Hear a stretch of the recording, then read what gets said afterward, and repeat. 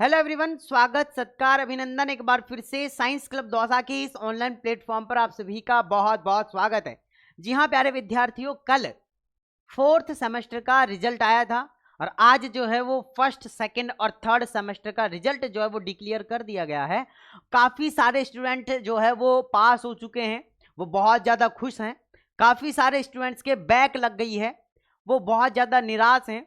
Back वाले students को क्या आगे की स्टेप जो है वो फॉलो करना है, कैसे क्या आप अपनी बैक को क्लियर कर सकते हैं, आज की इस वीडियो के अंदर हम डिटेल में समझेंगे। सबसे पहले तो कॉन्ग्रेचुलेशन उन स्टूडेंट्स को जो BSc nursing first semester, second semester, third and fourth semester के अंदर जो है बहुत अच्छे से पास हो चुके हैं। अब वो अगले नेक्स्ट सेमेस्टर के प्रिपरेशन में लग जाओ। इसके अलावा हम इंपॉर्टेंट क्वेश्चन की वीडियोज अपलोड करते हैं, उन सभी को देख के भी बहुत सारे स्टूडेंट्स कमेंट करते हैं कि सर आपने जो क्वेश्चन बताए थे उनमें से बहुत सारे क्वेश्चन मिले हैं। आज की इस वीडियो के अंदर हम ये डिस्कस करने जा रहे हैं। कल मैंने आप लोगों को बताया था, एक स्टेटस लगाया था मैंने, जिसमें मैंने कहा था कि 4th सेमेस्टर का रिजल्ट जो है वो आ चुका है। अब जल्दी ही आप लोगों का जो है वो first, second and third semester का जो रिजल्ट है वो जारी होने वाला है और आज शाम को 6 बजे के लगभग जो है आप लोगों का रिजल्ट जो है वो डिक्लेयर कर दिया गया है। अब रिजल्ट अगर आप लोगों ने नहीं चेक किया तो आप लोग जो है आरयूएचएस की ऑफिशियल वेबसाइट पे जाकर चेक कर सकते हैं। इसके अलावा अगर आपने रिजल्ट चेक कर लिया है, अगर आप पास हो चुके हैं तो कॉन्ग्रेचुलेशन आप सभी को। बट आपके अगर बैक लग गई है तो भी टेंशन लेने की जरूरत नहीं है, क्योंकि हम यहां पर आप लोगों की पूरी हेल्प करेंगे आपकी बैक को क्लियर करवाने के लिए।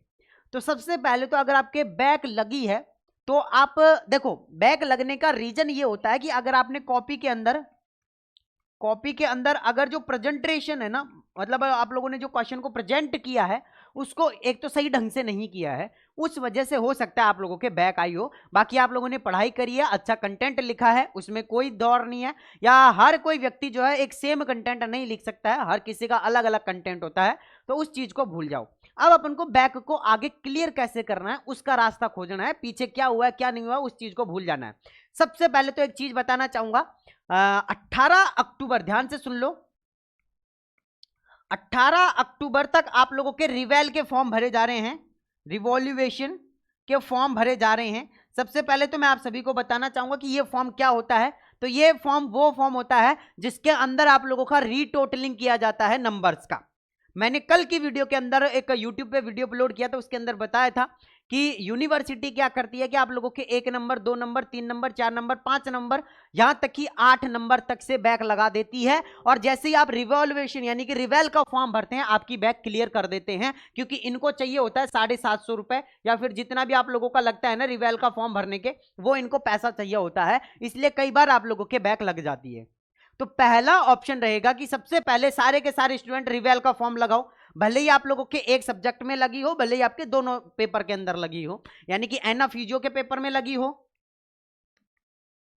है ना। अब इनके लूटने का तरीका तो देखो, आप एना का जो पेपर है ना उसके अलग से पैसे लेंगे, फिजियो के पेपर के अलग से पैसे लेंगे, है ना। अगर दोनों के एक ही पैसे ले रहे हैं एना फिजियो के तो बहुत अच्छी बात है। अगर देखो हमारे टाइम पे क्या होता था कि ईयरली वाइज सिस्टम चलता था, बट अब ये सेमेस्टर वाला सिस्टम है।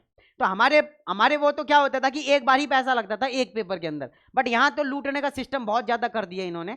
तो सबसे पहले कहूंगा कि अगर आपको अलग अलग चार्ज लग रहा है तो आप उस पेपर के अंदर जिसके अंदर ज्यादा नंबर आए हैं ना उसके अंदर मत लगाना, जिसके अंदर कम नंबर आए हैं और आपको लग रहा है कि नंबर बढ़ सकते हैं तो आप उसके अंदर रिवेल का लगाना। जैसे मैं अगर बात करता हूं, देखो पूरा प्रोसेस मैं आप लोगों को यहाँ पे समझाने की पूरी कोशिश करूंगा, है ना। हाँ देखो, सुनो मेरी बात ध्यान से सुनो। आप लोगों को पासिंग मार्क्स जो चाहिए होता है ना, सबसे पहले तो ध्यान से सुन लो, 37 नंबर और 38 नंबर, दो आप लोगों की कॉपी रहती है। ये है आप लोगों की एनाटॉमिक की कॉपी है और ये है आप लोगों की फिजियोलॉजी की। अब बहुत सारे कहेंगे कि सर आप तो फर्स्ट सेमेस्टर के लिए बता रहे हो, देखो ये नन्हे मुन्ने बालक हैं भाई, है ना, इनको नहीं पता होता कि कैसे क्या होता है, इसलिए समझो। और जो फर्स्ट सेमेस्टर के बाद में सेकंड और थर्ड में है ना वो कुट पीट के थोड़े आगे निकल जाते हैं तो उनको ऑटोमेटिक पता लग जाता है, बट इनको ना तो इनकी सीनियर से ज्यादा मुलाकात हो पाती है, नहीं गाइड कर पाते इनको, इसलिए मैं पहले फर्स्ट सेमेस्टर को लेके चल रहा हूँ, ठीक है। हाँ, तो एना का पेपर जो होता है वो 38 नंबर का होता है, 37 नंबर का जो पेपर होता है वो फिजियोलॉजी का पेपर होता है। अब यहाँ पर अगर आपके एनाटॉमी और देखो रिजल्ट के अंदर हर एक चीज मेंशन है। अगर आपके एनाटॉमी में अच्छे नंबर आए हैं, मतलब 38 में से आप लोगों के लगभग अगर 20 से 25 नंबर आए हैं तो भी अच्छी बात है। अगर फिजियोलॉजी के अंदर देखो 25 नंबर हम यहां पे मान के चल रहे हैं कि एना की कॉपी में आपके 25 नंबर आ गए, या फिर 20 नंबर हम मान रहे हैं 20 नंबर आ गए आप लोगों के, ठीक है। अब फिजियोलॉजी की कॉपी में आप लोगों के मात्र जो है वो 15 ही नंबर आए हैं, तो टोटल मिलाएंगे तो 35 नंबर हो रहे हैं। और आपको पासिंग मार्क्स कितने चाहिए? दोनों में आप लोगों को जो टोटल है वो आप लोगों को 38 नंबर चाहिए पास होने के लिए कॉपी के अंदर। ध्यान से सुन लो, 75 नंबर की आप लोगों की कॉपी होती है, 25 नंबर आप लोगों के जो इंटरनल मार्क्स होते हैं जो कॉलेज से भेजे जाते हैं आप लोगों के। ध्यान से सुन लो, 25 मार्क्स जो कि आप लोगों के कॉलेज से भेजे जाते हैं, 75 नंबर की आप लोगों की होती है कॉपी। तो 75 नंबर की कॉपी में से आपको 38 नंबर जो है वो लाने होते हैं। 38 का मतलब हो गया 50% कॉपी के अंदर नंबर लाना जरूरी है। अगर यहां पर 25 में से अगर आपके 13 से कम नंबर भेजा जा रहा है तो मतलब आपको कॉलेज से ही फेल कर दिए इन्होंने, फिर कोई आप लोग कॉपी में बचाए कितने भी नंबर लेके आ जाओ, कोई मतलब नहीं है आप लोगों का। तो यहां मुझे नहीं लगता कि कोई भी कॉलेज आपको फेल करने में कॉलेज का हाथ होगा, नहीं होगा। आपकी कॉपी ही आप लोगों को फेल और पास करवाती है। तो याद रखना, अगर 75 में से आपके 38 नंबर आ जाते हैं, यानी कि 37.5, या फिर अगर हम बात करते हैं 38 नंबर, तो 38 नंबर 50% नंबर चाहिए अपन को, 38 नंबर चाहिए। अब आप एक चीज समझो कि अगर आपके 38 नंबर आ रहे हैं, अब यहां पर होता यह है कि आप लोगों के 32 नंबर आए हैं या फिर आप लोगों के 33 नंबर आए हैं, तो यहां पे 5 नंबर का ग्रेस लग के भी आप लोग जो वो पेपर के अंदर पास हो जाते हो। बट अगर मैं आप लोगों से एक चीज कहूं कि आपका दो चीज लेके चलते हैं, एक है आप लोगों का एना फिजियो, एक पेपर ये हो गया, दूसरा पेपर आप लोगों का सोशियो और साइको, एक पेपर ये हो गया। अब इसके अंदर आप लोगों के आए हैं 32 नंबर और इसके अंदर आए हैं आप लोगों के 37 नंबर आए इसके अंदर। तो यहां पर आप लोगों का 38 चाहिए होते हैं, तो यहां पे 1 नंबर का ग्रेस लग गया। अभी 4 नंबर की ग्रेस और बाकी है। अगर 4 नंबर की ग्रेस यहां पे लगाएंगे तो यहां पे नहीं लग पा रही है, 36 नंबर ही हो पा रहे हैं। तो अब आप लोगों का क्या होगा कि एक पेपर बैक हो जाएगा आपका, है ना। कौन सा वाला? ये वाला जो पेपर है वो बैक हो जाएगा। अगर आपके ये नंबर आ रहे हैं 37 इसमें आ रहे हैं और 32 इसमें आ रहे हैं, तो यहाँ पे 1 नंबर की ग्रेस लग के आपका ये वाला पेपर तो क्लियर हो जाएगा, बट ये वाला जो पेपर है ना वो अभी भी क्या हो जाएगा, आपका बैक आ जाएगा। क्यों आ जाएगा? क्योंकि अगर यहाँ पे आप लोगों के जो है वो अगर 34 नंबर होते तो 4 नंबर की ग्रेस यहाँ पे भी लग जाती और फिर आप लोग जो है वो 38 हो जाते और दोनों पेपर आप लोगों के क्लियर हो जाते। मतलब टोटल मिला के फर्स्ट सेमेस्टर के अंदर टोटल मिला के 5 नंबर की ग्रेस लगती है। तो अगर हमें यहां पर, मैं अगर आप लोगों से एक चीज कहूं कि यहां पर तो आप लोगों के 34 नंबर होने चाहिए थे और यहां आप लोगों के 37 नंबर होने चाहिए थे, है ना, तो भी आप लोग जो है पेपर को पास कर सकते थे। यानी कि टोटल मिलाकर अगर मैं आप लोगों से बात करूं तो दोनों कॉपी के अंदर 38 नंबर आप लोगों को चाहिए हैं। अब आप मुझे कैलकुलेट करके बताओ कि आपके कितने नंबर हैं और कितने नंबर से बैक आ रही है। अब बैक को क्लियर करने का सिस्टम यह है कि अगर आपके 8 नंबर तक की भी बैक है, या मैं लास्ट खींच के बता रहा हूं 10 नंबर तक, 10 नंबर तक की भी बैक है तो भी क्लियर हो सकती है रिवेल के फॉर्म लगा के। तो पहला आप लोगों को काम करना है वो करना है रिवेल का फॉर्म लगाना है, ठीक है ना। हाँ, तो रिवेल के फॉर्म की डेट है वो आप लोगों के 18 अक्टूबर तक, ध्यान से सुन लो, 18 अक्टूबर आप लोगों की 18 अक्टूबर तक आप लोग रिवेल का फॉर्म लगा सकते हैं।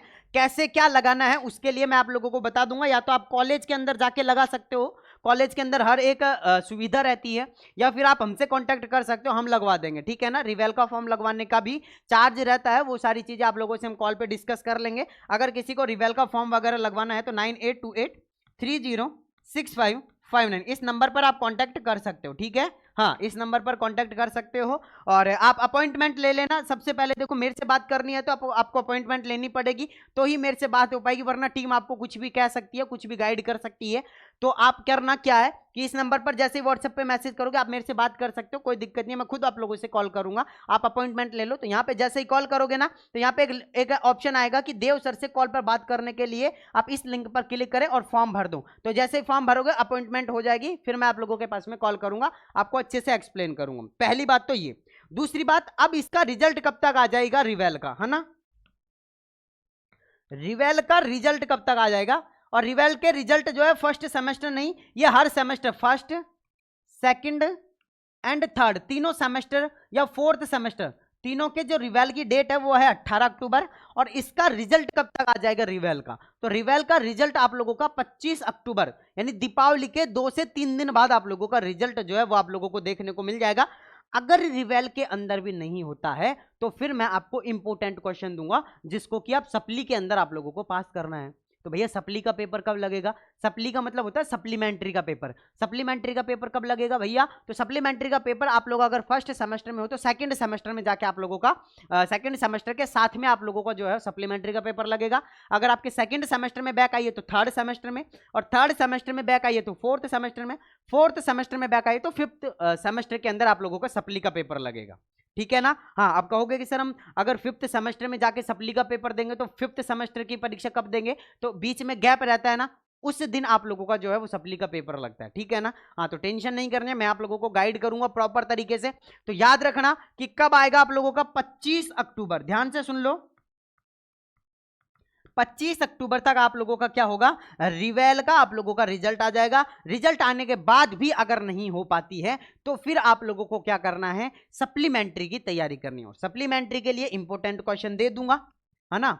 इंपोर्टेंट क्वेश्चन ले लेना सप्लीमेंट्री के लिए, और सप्ली में भैया कैसे भी करके निकालने की कोशिश करना, क्योंकि एनाटॉमी फिजियोलॉजी एक ऐसा सब्जेक्ट है अगर यहां से आप लोगों ने बैक लगवाना स्टार्ट कर दिया तो भैया लास्ट तक जाके भी नहीं निकाल पाओगे।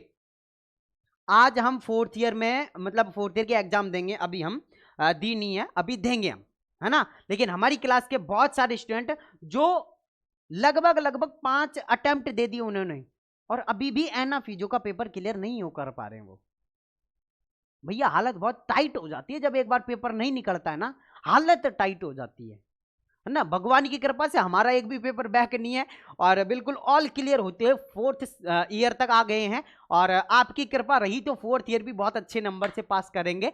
और मैं तो दुआ करूंगा कि भैया आप भी जो है ना बिना बैक लगाए सप्ली में करो चाहे रिवेल में करो, लेकिन क्लियर करते हुए चलो। पीछे को बोझ छोड़ के चलोगे ना बहुत भारी हो जाएगा, है ना? क्लास में बैठना दुर्बल हो जाएगा आप लोगों को, यार मैं बैठूं तो किस मुंह से जाके बैठूं। बट अभी टेंशन नहीं करनी है, एक बार बैक लगना भी जरूरी है क्योंकि इंसान ठोकर खा के ही सुधरता है ना? बहुत आप लोगों ने जो है हवाबाजी करी होगी कॉलेज के अंदर, अब सारी हवाबाजी आप लोगों की निकल गई है। अब ध्यान दो थोड़ा पढ़ाई पे, और हाँ इधर उधर की बातें छोड़ो। मैं सब समझता हूँ, first semester, second semester, third semester, fourth, fifth, last तक भी वही चलता रहता है कि ये मेरी वो तेरी ये है ना? हाँ, तो इन सारी चीजों को छोड़ो और पढ़ाई पे थोड़ा सा फोकस करो। कोई भी डाउट है तो आप फटाफट से आओ, अपॉइंटमेंट ले लो, मैं समझाऊंगा आपको, है ना? सारी चीजें प्रॉपर ढंग से समझा दूंगा। चलो मैं मिलता हूं आप लोगों से नेक्स्ट वीडियो के अंदर। कोई भी डाउट है नीचे कमेंट बॉक्स में कमेंट करें। अगर आपका कोई भी डाउट है तो आप इस नंबर पर भी व्हाट्सएप पर कॉल अपॉइंटमेंट लेके जो है बात कर सकते हैं। बाकी मैं मिलता हूं आप लोगों से नेक्स्ट वीडियो के अंदर, जब तक के लिए जय हिंद जय भारत।